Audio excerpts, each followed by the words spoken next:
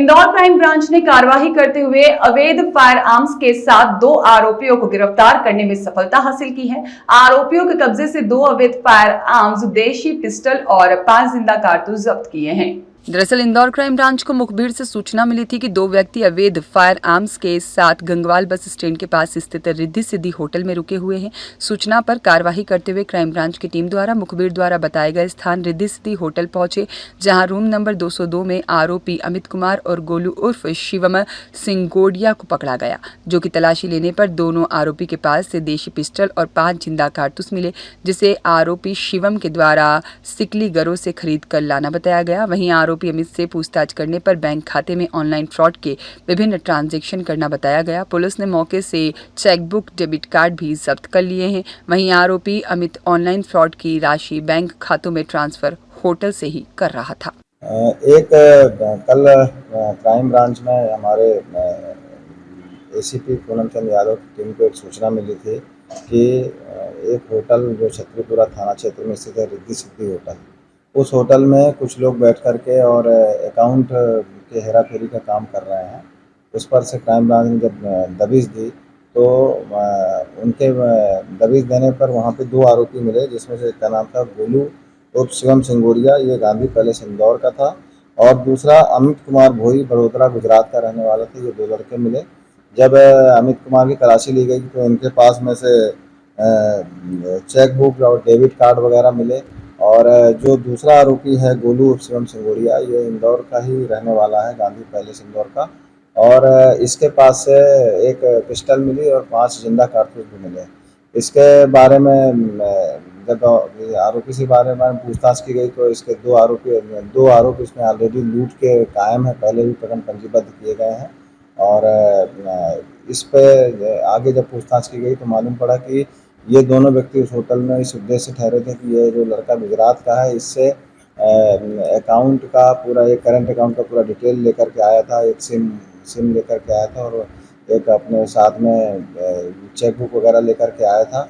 और इस प्रारंभिक पूछताछ में ये जानकारी मिली है कि ये लोग इसके अकाउंट से लगभग 67 लाख रुपए का ट्रांजैक्शन अभी हुआ है, जो 2 दिनांकों में, अलग अलग दिनांकों में हुआ है।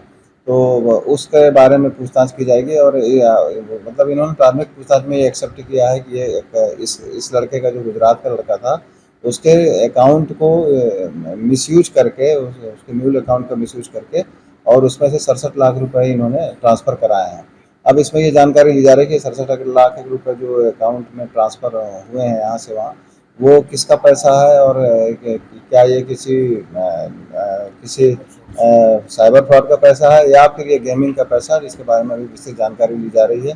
आरोपियों का पुलिस रिमांड लगभग 4-5 दिन का लेने की गुजारिश की जा रही है और रिमांड मिलने के बाद इनसे विस्तृत पूछताछ की जाएगी। अभी इनमें 25 आर्मशेट के तहत इनमें FIR हुई है, 25-27 आर्मशेट के तहत। और पूछताछ में जो बिंदु सामने आए हैं उस पर पुलिस रिमांड में अगर ये चीज़ अकाउंट में वेरीफाई होती है तो इस पर धाराएं 420 के तहत बढ़ाई। अकाउंट से 67 लाख रुपीस ट्रांसफर किए, किसने किए और किसके अकाउंट में गए?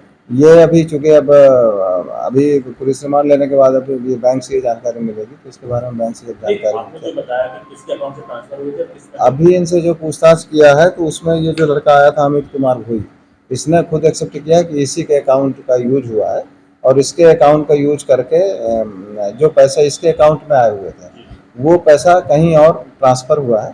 अब इसके बारे में चूँकि विस्तृत जानकारी तभी मालूम पड़ेगी जब हम बैंक जाकर के, संबंधित बैंक जाकर के। इसके अकाउंट से चोरी हो गया पैसा?